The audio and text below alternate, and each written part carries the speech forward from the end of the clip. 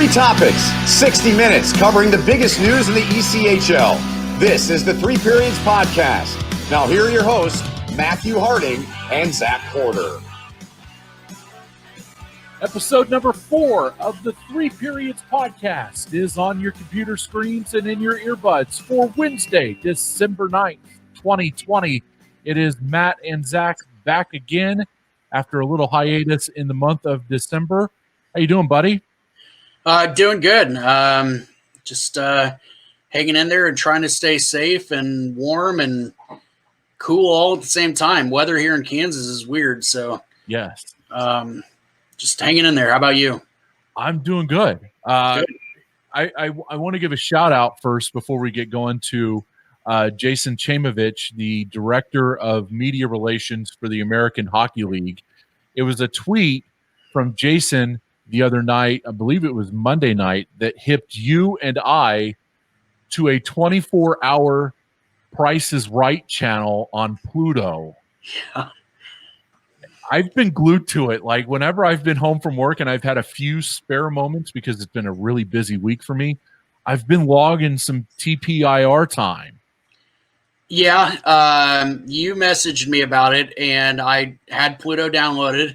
So I basically forced the girlfriend to switch over, and we checked it out. And it took about 20 minutes, but she goes, I love this. And next thing you know, we're, come on down, left and right. So that's the only Rod Roddy I'll throw out in this episode. Well, maybe. We haven't even gotten to the Rod Roddy phase yet. I know. That's what's wild is we have so much more to go and so many sequin jackets that I'm so excited for. Yeah. Before we get into what we're going to talk about tonight, favorite Price is Right game. I don't know the name of the game, but it's the one where they win a car and they have to ask the Barker's Beauties every time, ladies, do I have 3 numbers right? And then they honk the horn. But Bob's voice is great when ladies, do I have 3 numbers right? You know, honk.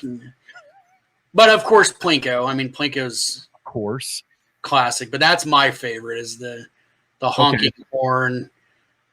I was going to say Plinko, but then I watched last night before we went for a drive to look at Christmas lights. The wife and I was watching The Price is Right, and they had the punch board game. Yeah, where you can go and you can just punch holes and pull out cash prizes. Yeah.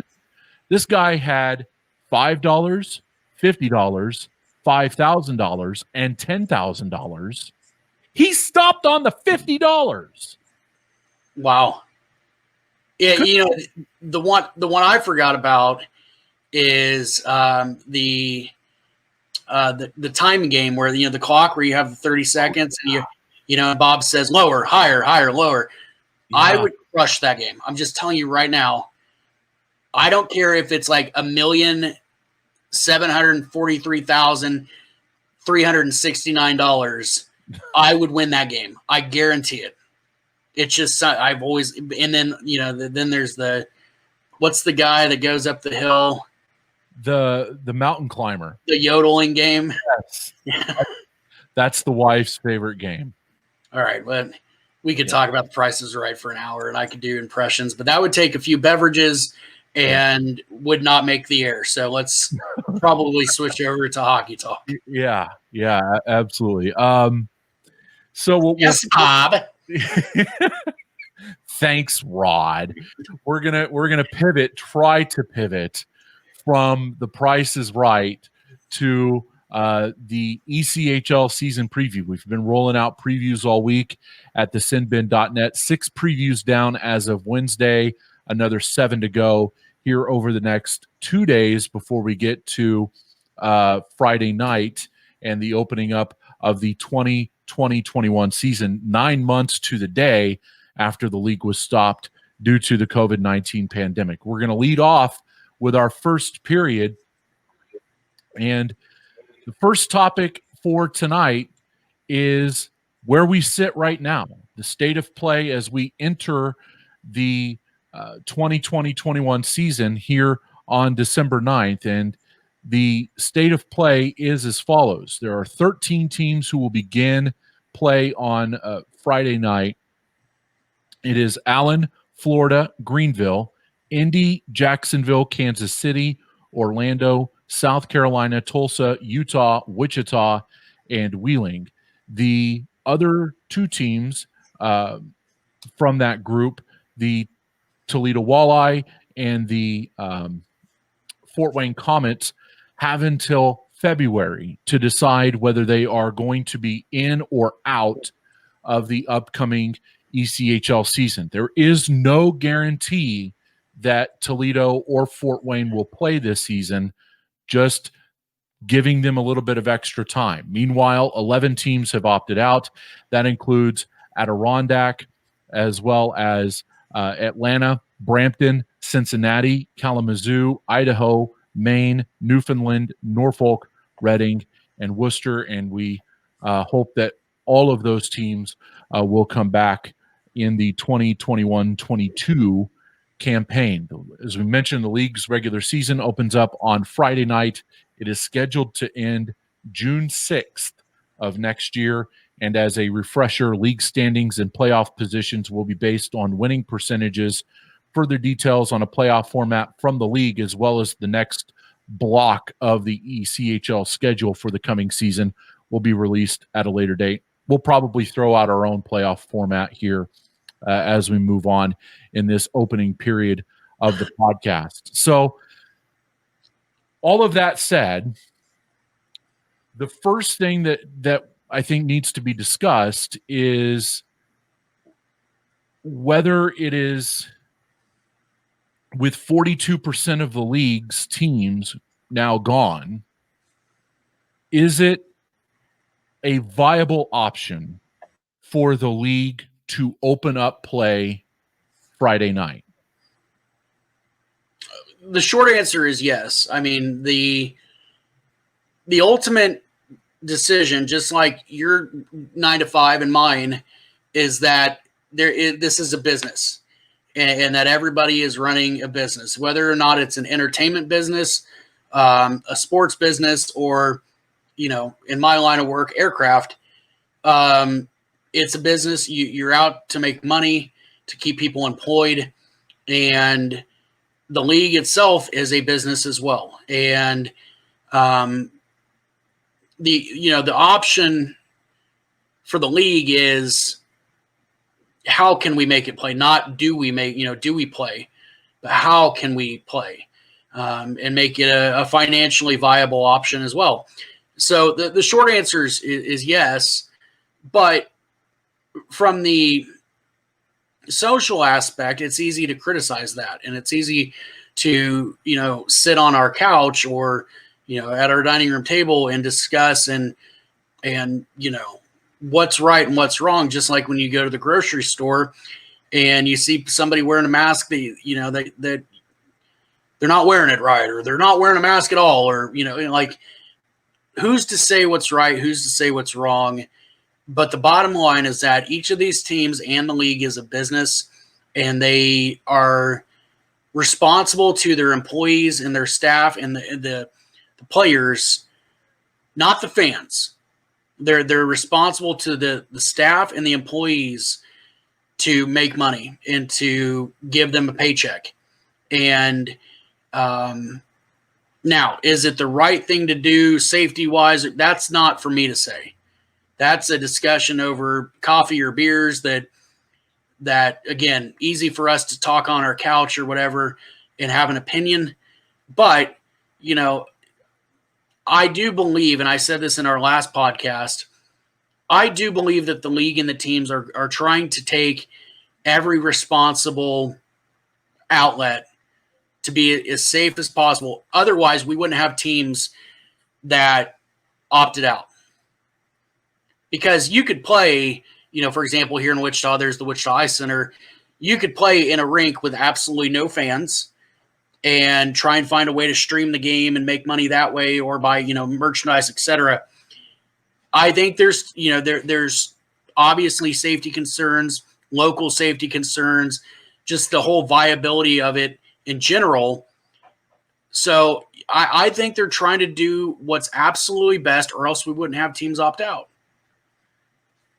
I agree with that. Like, the more we have sifted through this over the last several weeks and in the last several months, you can tell that there is a real concerted effort by not only the league, but the teams, the PHPA, the NHL, the AHL, to make this work.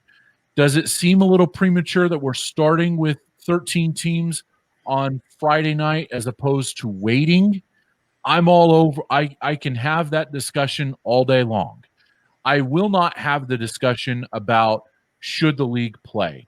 These are 30 independent businesses brought under one larger business umbrella, and that is in the ECHL.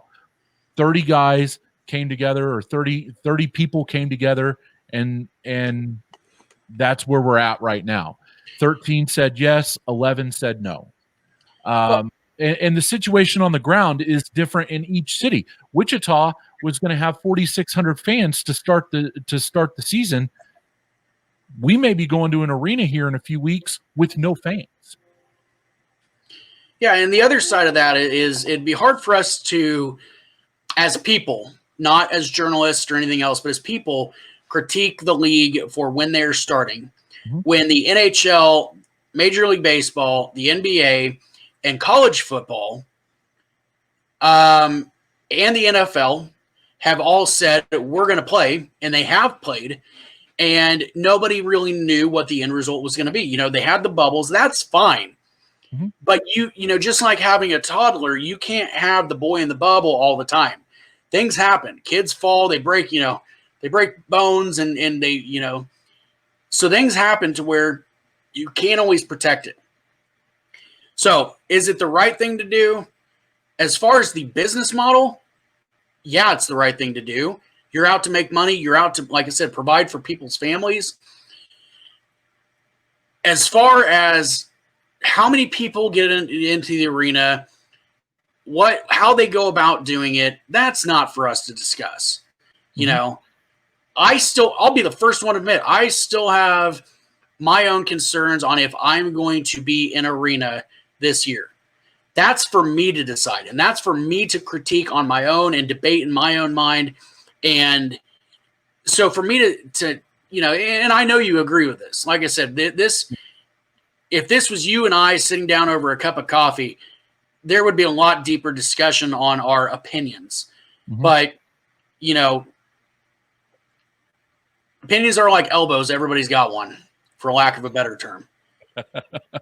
So as far as the business model, if Major League Baseball, football, basketball, hockey, and the NCAA, which we're seeing right now with the cancellation of Ohio State versus Michigan, which that would have been a cancellation anyways. Ohio State would have trounced them. But yes, point being, the leagues and the teams and the conferences are doing what they need to do to say, okay, whoa. We're not going to play that game out of safety. Mm-hmm. You know, the NFL right now is moving games to Tuesday, Wednesday afternoon. Like, they're doing what they need to do outside of, I think, the Denver Broncos game where they had the quarterback issue. That was a bad decision. But outside of that, I mean, every league has done what they need to do to say, okay, we need to move that to this date, and we need to move this here, and okay, we're good. And that's exactly what the ECHL is going to do. You know, you're not going to have a list full of guys that are, let's just say, have COVID, and have Commissioner Creelan, an owner, a general manager, a coach say, no, we're playing tonight. It ain't going to happen. No. You and I are both smart enough to know that if there needs to be a stoppage or a cancellation or a postponement, it's going to happen. The league will do it. You know, just like Divot Gate. You know, they made the decision that it wasn't safe, and the best idea was just to pick up that game for, you know, it was supposed to be 3 months later. Right. And that's fine. And that's what they'll do again.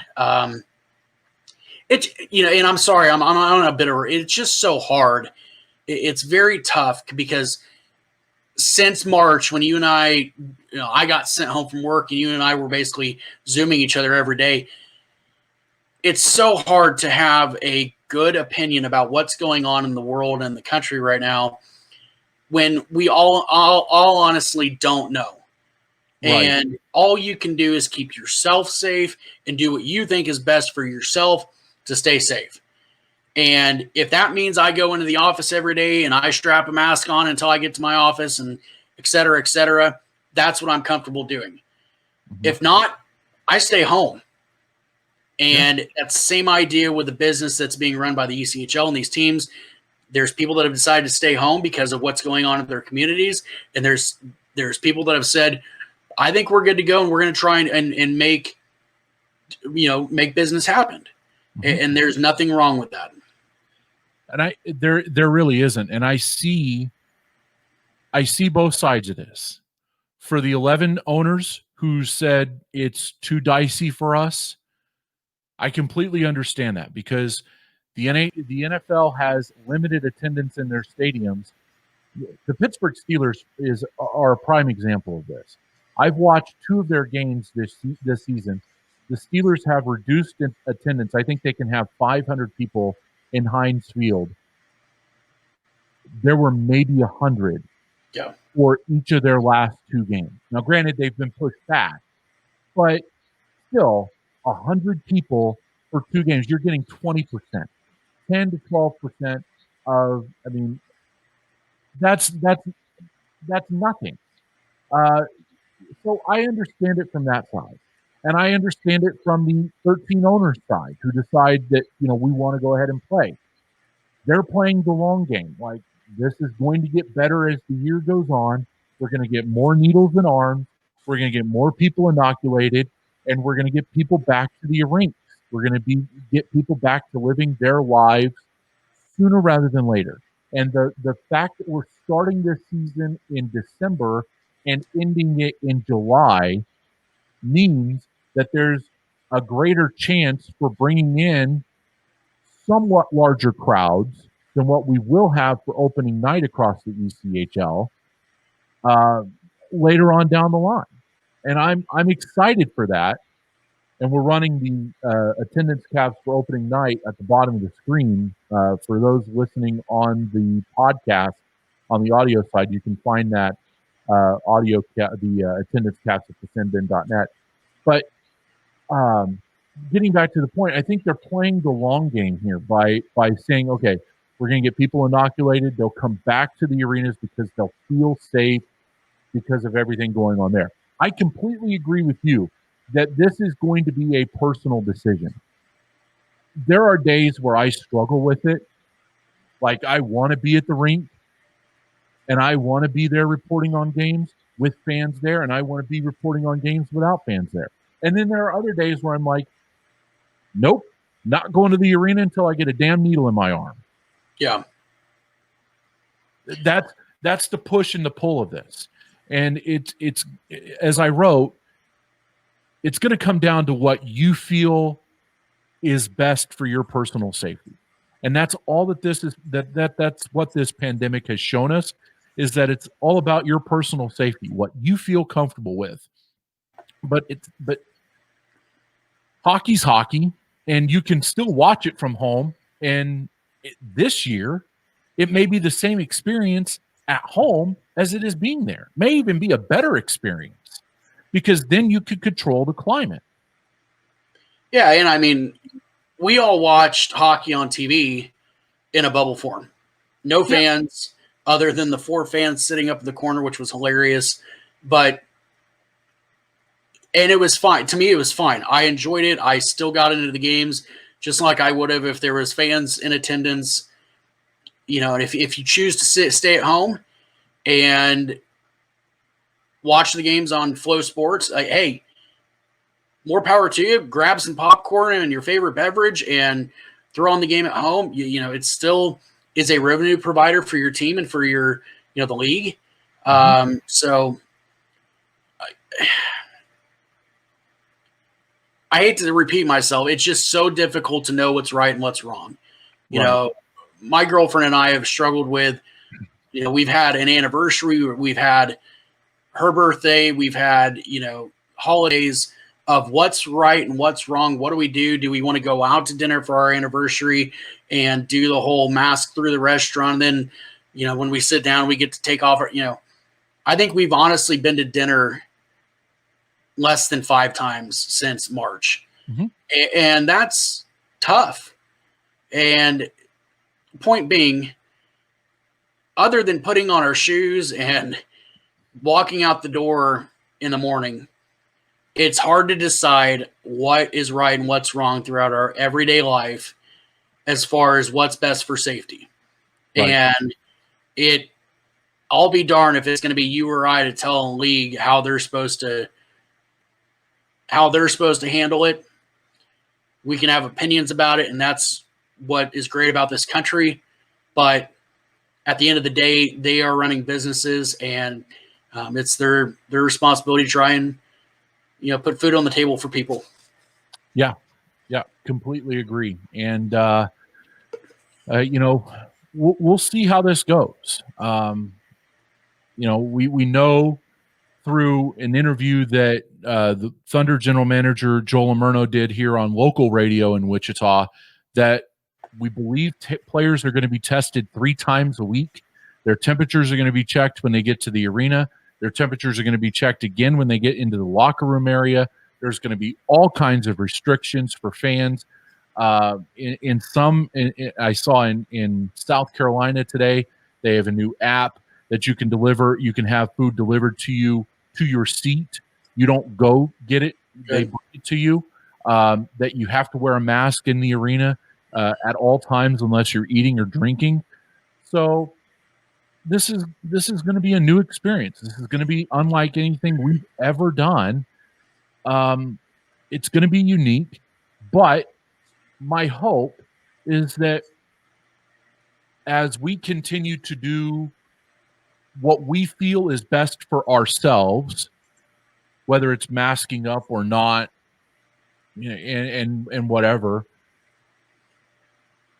the hope is that there are better days coming, because these 9 months have just felt surreal, and it will be so nice to actually sit down and watch a hockey game of a team that I actually cover and enjoy covering, of a league I enjoy covering, and not have to deal with who's opting in, who's opting out, what's the latest rumor here, what's the latest rumor there, and all of that. It will be so nice to see hockey finally back on the screens again on Friday night. Yeah, and I mean, you and I talked middle March when I got sent home when the league's canceled. And one of the statements we made was, hopefully by May this is over with. And, well, now we're sitting December. Mm-hmm. And I'm having to make the decision of, do I get to have Christmas with my family? Yeah. Let alone, am I going to go watch a hockey game? So right. It'll be, my point with that is it'll be nice to have, for fans that are comfortable, it'll be nice to have some normalcy going to the rink. For fans that aren't comfortable, there's options of watching your team from home and still being able to watch, hockey, because that's what we all love. I mean, I've always said it, and I truly believe hockey is a very unique sport that brings people together, I think, in a way that really no other sports do. And it's hard to discuss this because you and I met through hockey. Right. And have become best friends because of hockey. I mean, a mm-hmm. rare chance meeting at training camp, which is going on right now, which I haven't stepped foot in, 10 years ago or so, is what got you and I to become friends. And so hockey is really a special sport. I'm glad it's going to come back. And I'm optimistic that the leagues and the teams are really doing everything they can to go about this the right way. Yeah, I am too. I am too. It will be, like I said, for those who enjoy covering the sport like I do, and for those who enjoy covering the league, this is going to be a brand new experience. I'm excited to cover it, but at the same time, I'm just excited to cover games. Yeah. I'm really tired of discussing COVID's impact on the ECHL, and that impact will be wide-ranging, and we will talk about that impact a little bit later.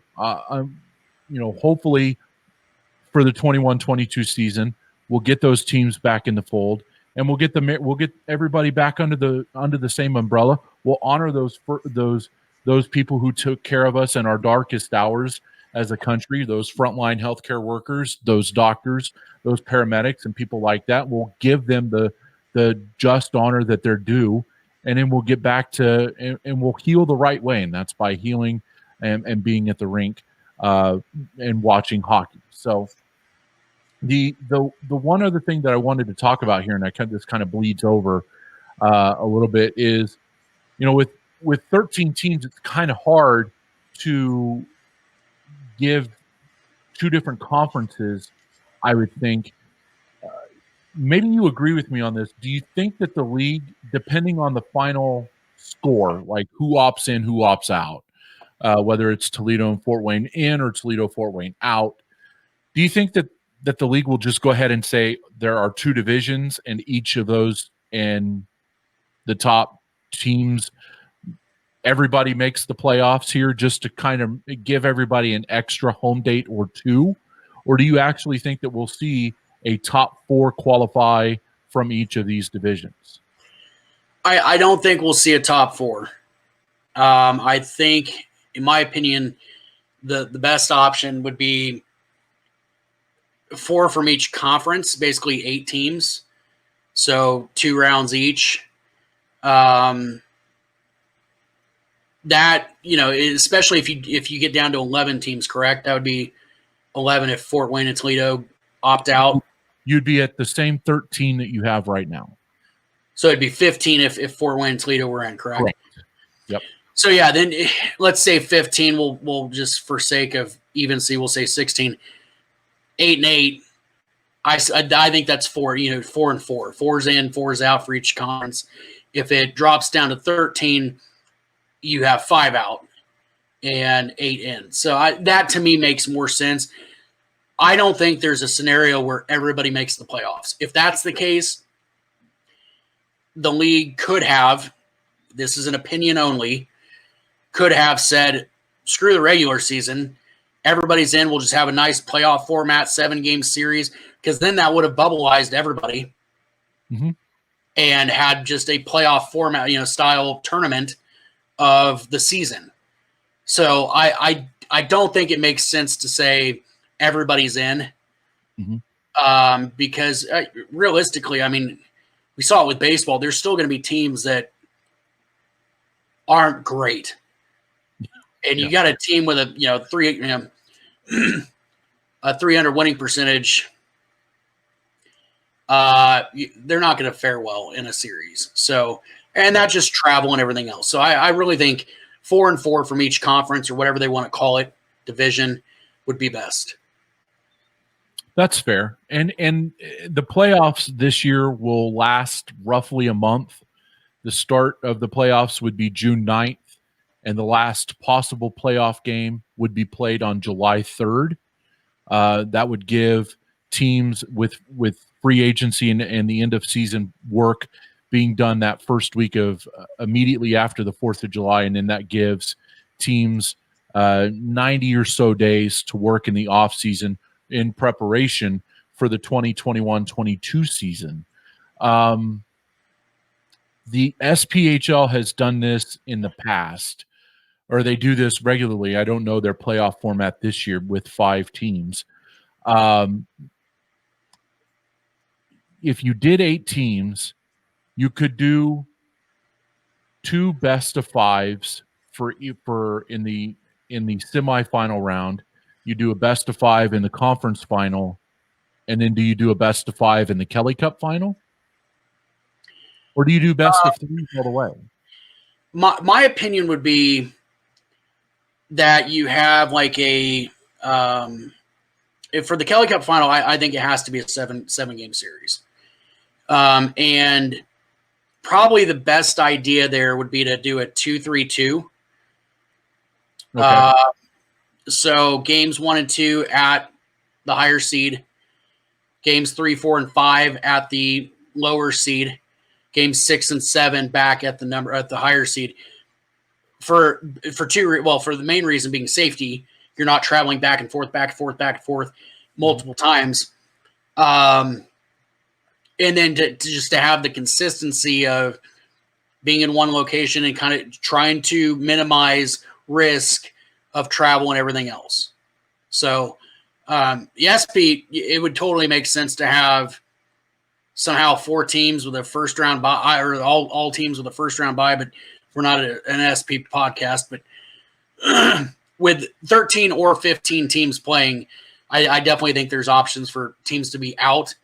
Mm-hmm. And then, yeah, I mean, I would imagine first round being 3 or 5 games, and then, but I don't see how it would benefit to cut 2 games out of the season. You know what I'm saying? Like in the current circumstance with COVID, 2 games at the very end of the season is not going to matter cutting it. And you can still have a nice 7-game series. You know, if you're going to cut 2 games, cut them off the regular season, right, et cetera. So, right. I could, 7-game play, Kelly Cup final, is my vote, because there's nothing better than a 7-game hockey series, in my opinion.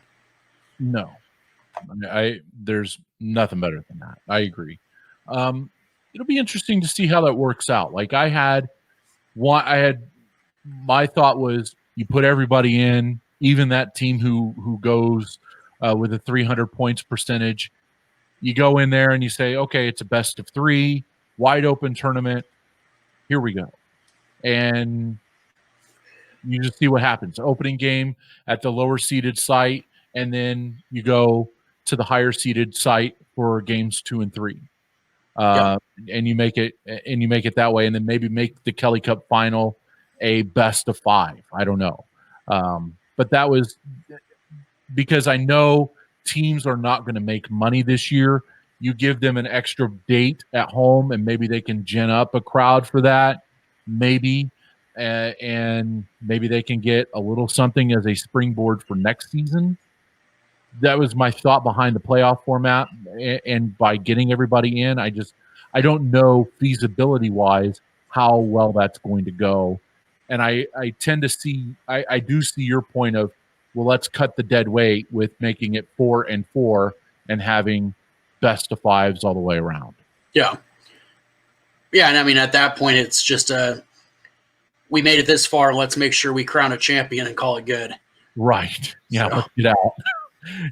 Yeah, so we'll continue to watch that space as well. There definitely will not be a playoff format until we find out what happens with Toledo and Fort Wayne, and that is expected to be in February of 2021.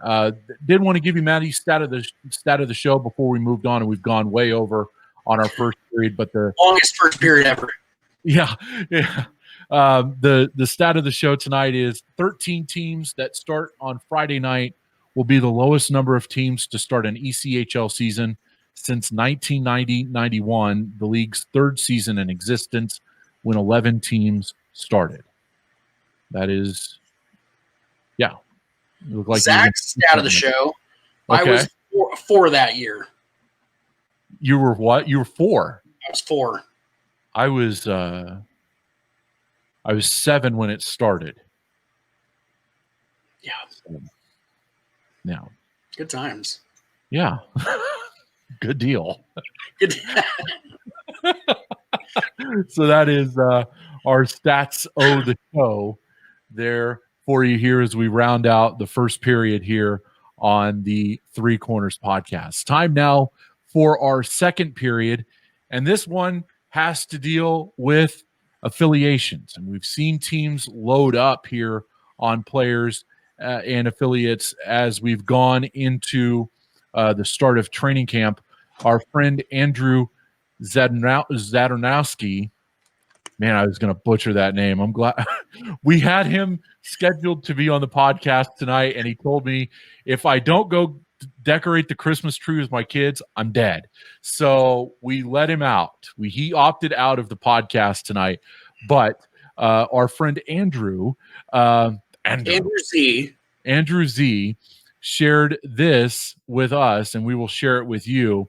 The number of NHL and AHL contracted players loaned to the ECHL. And You can see Greenville leading the way with 9, with 2 different NHL affiliations, one with Florida, the other one with Los Angeles. And Allen there was 7, with a couple of players from the San Jose Barracuda, 8 in Orlando, all of them coming from the Tampa Bay Lightning organization.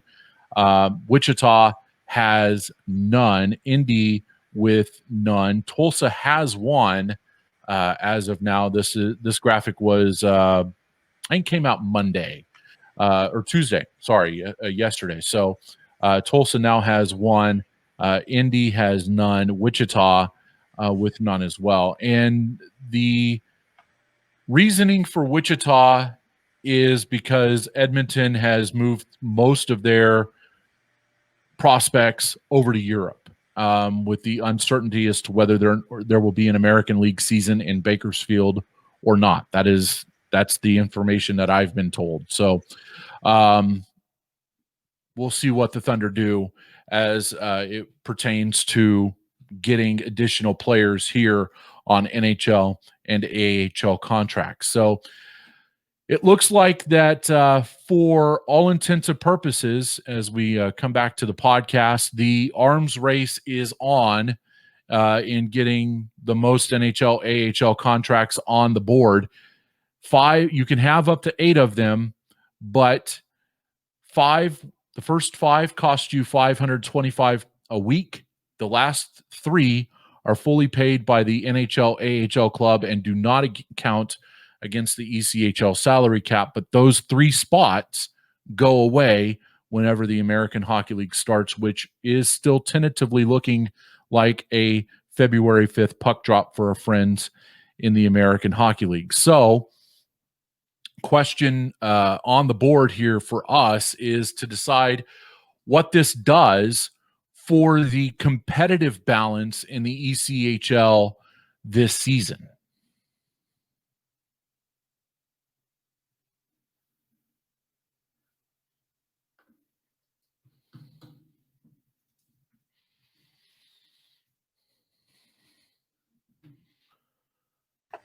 Well, I think it limits, it creates some parity, and I think that it allows teams to have kind of the inability to load up as you would in a normal season.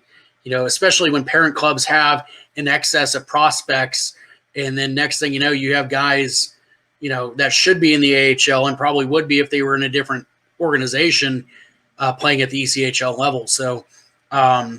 I think it definitely helps the balance, especially having a smaller amount of teams this year and not allowing a team to basically run away with the season. I think it also helps limit the back and forth that you would normally have. I mean, just taking Wichita as the example, over the last several years between Edmonton and Ottawa, we've seen an insane amount of call-ups and send downs, and so I think it helps limit that. And maybe some of those parent clubs are saying, all right, we're willing to let guys go for this entire season, develop at that level, and we'll bring them up next year. But that's just my opinion. To be honest, I'm sure you are a lot more educated on the affiliation depth than I am. I'm kind of one-dimensional with each league, but I think it creates the parity to help with the season be a little bit stronger, so that you don't have 1 or 2 teams just absolutely running away with basically an AHL roster. Well, I think what this does, and I appreciate, first of all, I appreciate your praise. I'm not as up on affiliates as I probably should be. If that's a wart on me, I will gladly wear it. But I think what this does is it tries to strike the balance between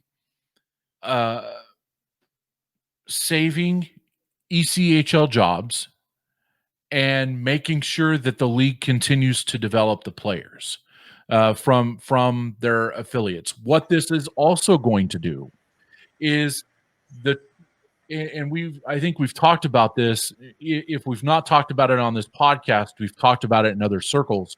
The cascading effect will have an impact on what happens in the SPHL and what will happen in Europe as well.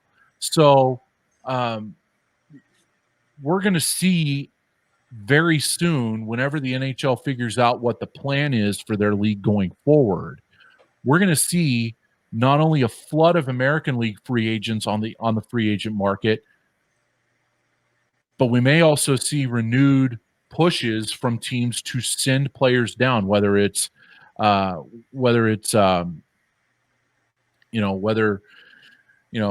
Edmonton finally decides to make a move and send some players down, or if there's a second-hand player affiliations that happen to come into the works. We'll see what happens, but I think what this does for the time being is preserves ECHL jobs, and it strikes the balance between the two. Otherwise, you wouldn't cap it, and it would be just like before the pandemic hit, when you could have as many contracts on the roster as you could. Because there was before this happened last year, we were talking about, teams potentially having 10 or 11 contract players on their playoff roster. And that was something completely unheard of. And then you're squeezing ECHL players who had been there all year, you're squeezing them out of jobs. This doesn't do that. And at the same time, not only does it not do that, it improves the style of play in lower leagues as well, because maybe there is a third liner who wouldn't make it, who would normally make it on a team. Now they're not going to make it, and they're going to go down to the SP and try their play and ply their trade for a season down there. Yeah, and I can't imagine being a player right now, honestly. Like at any level of, basically, if you're not on the top two lines, whether that be forward or defenseman, at the NHL level, I couldn't imagine being a player wondering where they're going to play this year or if they're going to play. And again, I'm not talking about lower leagues or guys. There's AHL roster guys probably sitting there going, am I going to have to play in the E this year? It's going to be a very tough circumstance for players. I do have a bit of sympathy for that. Like, as far as, I feel bad for the players that don't know where they're going to go. Right.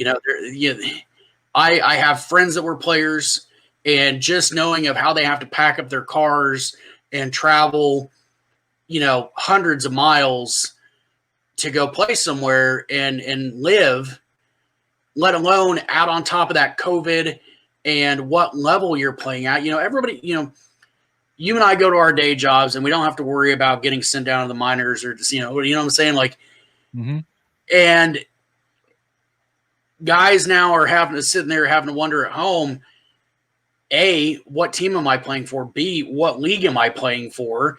Because of space and rules. And so I think this just helps. You had a really good point. I think it just helps kind of peace of mind for players and coaches as well. Not as far as like coaches being sent up or down, but what their roster is going to be. And a few years back, Wichita and in the old Central League, we didn't worry about players being sent up or called down unless you had a player that was absolutely off the books and they would leave and go to another league. Now it's a daily occurrence, and I'm sure it's just going to help create some stability and some peace of mind for some players and the coaches as well. Yeah, and I think at the same time, as a fan, if you are,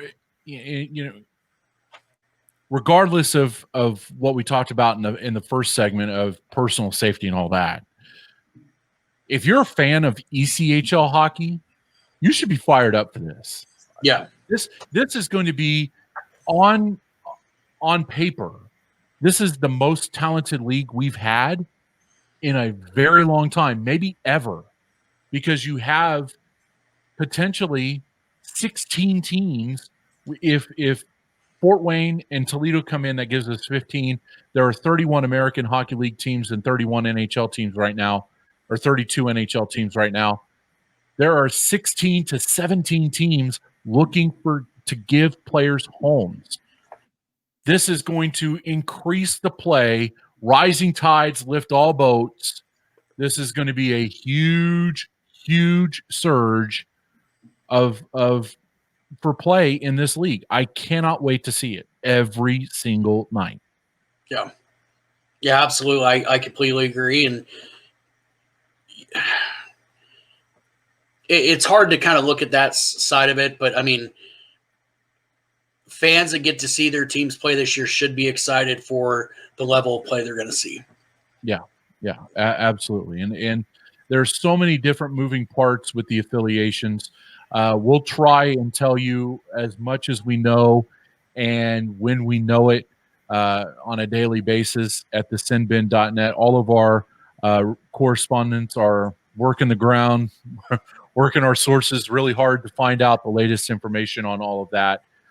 So keep it tuned here, and we will keep you up to date on what happens with the affiliation situation across the league as we continue on through the early part of this season. Brings us to the final segment of the night, and that is a look at some storylines here as we head into the final here into the 2021 season. I have a couple of them, and I wrote extensively about it on the site, but I'll kind of expand on them even a little bit more here, and then I'm sure you have a couple as well. But the first for me, and I think we've said this ad nauseum in the first segment especially, is just everybody's going to have to be flexible. Whether you're media, your players, your league rep, your player rep, your coach, bus driver, for crying out loud, you're going to have to be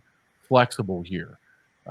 It is entirely likely that we will have games canceled or postponed due to COVID. If you think that we're going to go and have 13 teams or 15 teams play 72 games and not have a stoppage or two due to COVID, I think that's clearly a pie in the sky kind of dream on your part.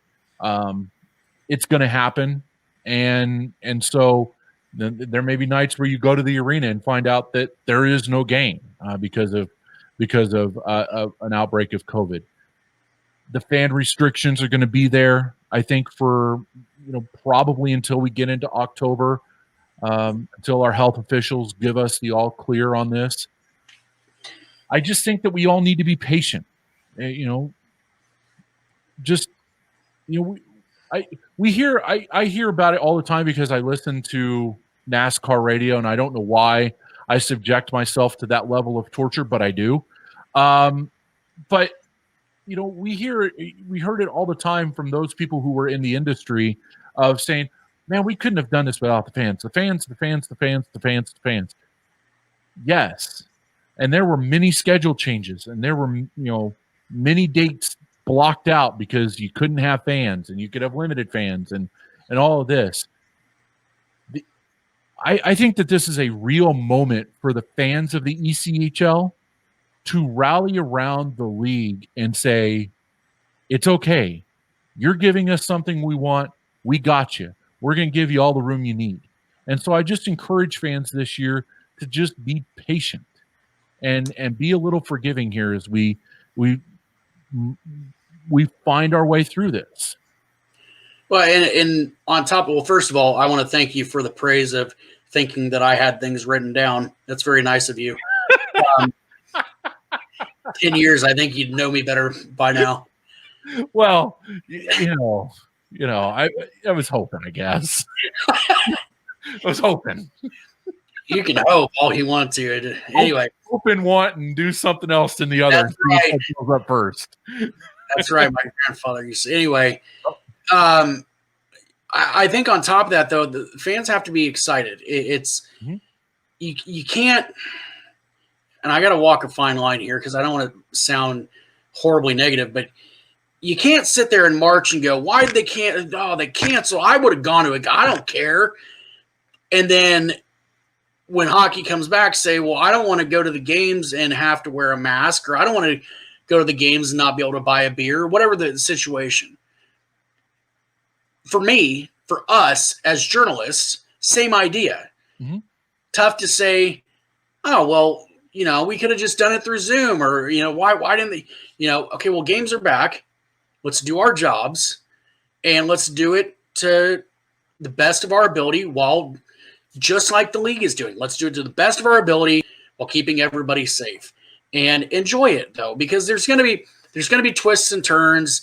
But the way I look at it is the same way I looked at all the other leagues, because I watch all the sports. Trust me, my girlfriend knows. Like, I was skeptical at first of every single league that started. Baseball did not look good right off the bat when the Miami Marlins absolutely had a COVID just spread. I honestly thought it was going to shut down the season for a while. Yeah. They rallied through it. They worked through it. They made it work. Shocked, honestly. Yeah.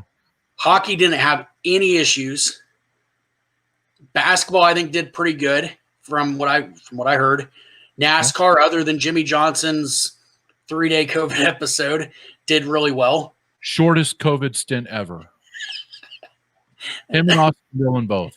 Out one week, back the next. 3 days we were gone. We just needed a week off. That was something else. But anyway, back on track. I hate the term. It makes me sick. But everything's such a fluid situation that we all have to appreciate. From, as you mentioned, the bus driver to the fan, having some sort of normalcy back. And whatever way you decide to enjoy that normalcy or take that in is up to you. But just appreciate that some of these teams, appreciate that all of these teams tried to make it work, that the league is trying to make it work, and that we have some sort of something to get back to. Because I know for a fact I'm getting stir crazy sitting at the house. And again, whether or not I choose to go to the arena because of safety is a whole different story. But the option of going back and watching a hockey game is exciting to me. Now, as far as other storylines outside of COVID, I think the fun part is going to see how they determine to do the playoffs, which we already mentioned that. But, I mean, it could just be a fun kind of video game type season of how are they going to do the playoffs? How many games is it going to be? Are they going to do it all in one location? Like, it's just, to me, that's fun. That might be stressful for other people. I think it's kind of cool to see how they develop that and adapt to what's going on from now until June. I mean, there's 7 months, in between the start of the season and the end of the season that things could change. And to me, it'll be fun to see, and I mean that with the most respectful way of saying the word fun, but to see how the league decides to do the playoffs, how they decide to crown a champion, and kind of the unknowns of a season. It's kind of entertaining to me. So to me, that's the storylines. There could be a ton of negative storylines that you and I could talk about, but right now, again, if you would have asked either one of us a year ago if this situation would have happened, what would you do? What would you think? I wouldn't know what to say. Yeah. And I still don't at times know what to say. I mean, you and I were planning on doing a podcast a week ago, and we decided to scrap it because we weren't sure how to say the words that we were thinking, And I'm just glad that there is going to be some sort of normalcy, and we'll see how it plays out. And regardless of what everybody's personal opinion is, I hope everybody stays safe doing it, and that we have a fun time watching these teams that are doing everything they can to put product on the ice. Yeah. Yeah. To your storyline, aside from COVID, I'm excited to see what the new coaches will do this year. Greenville, as we talked about, has 9 American and National Hockey League contracts on their roster. They are loaded with Andrew Lord behind the bench, a 9-time champion, 9-time champion behind the bench. Mark French makes his first appearance in the ECHL, former Thunder head coach back in the Central Hockey League days. They are a pretty good team right off the hop. Tato had up in Kansas City has had to rebuild that roster, and I think done so fairly well. It'll be interesting to see how Kansas City gets out of the gate. And then Ryan Blair essentially taking the team that was left over from last year, save for a few pieces, and moving on with it this year. 3 of those 4 teams outside the teams outside of the South Carolina Stingrays were rebuilding projects. I think that it is entirely possible that you see the coach of the year come out of that group because of where they're at. Again, the other storyline I'll be watching is, how do the affiliations play into this? Do we see ebbs and flows with that as the season goes on and as we continue to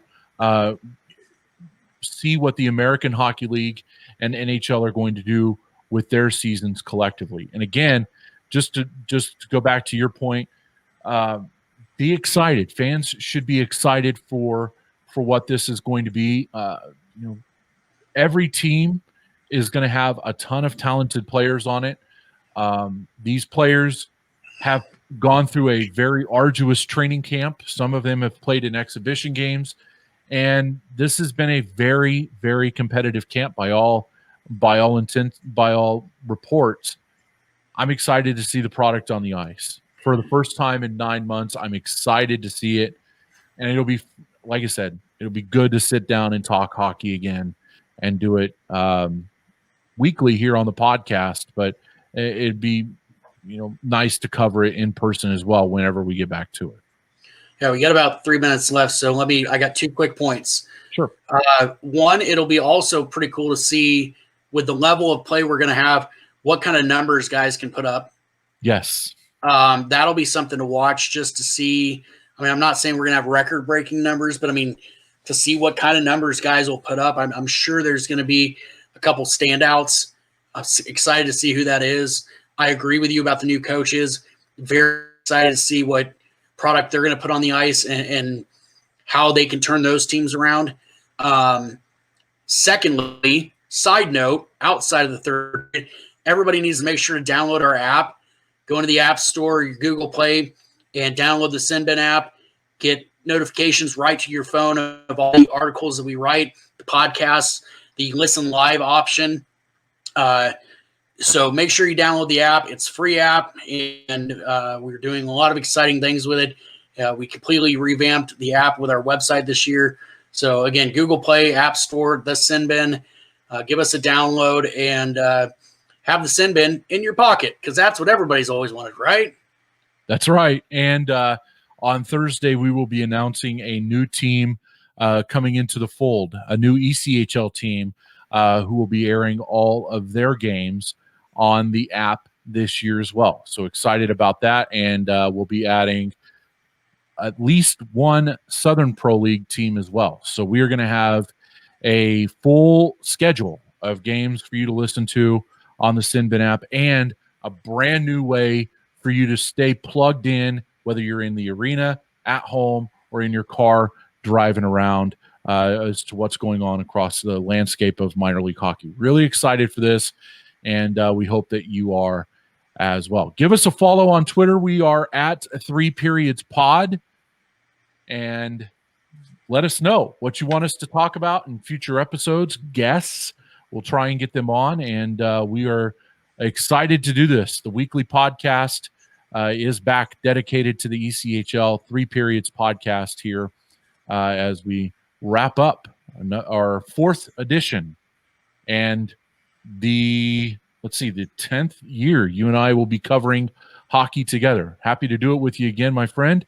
Let's do this again next week. All right. Absolutely. Sounds good, buddy. All right. Thanks very much, everybody, for listening and watching wherever you are checking us out from. Again, download the SinBin app. from the Google Play Store and the Apple App Store, and give us a follow on Twitter at 3periodspod. For Zach, I'm Matt. Thanks very much for watching, and we will talk to you next week. You've been listening to the 3 Periods Podcast. Do you have topics you would like discussed? Hit us up on Twitter at 3periodspod with the hashtag TPP on TSB. And for the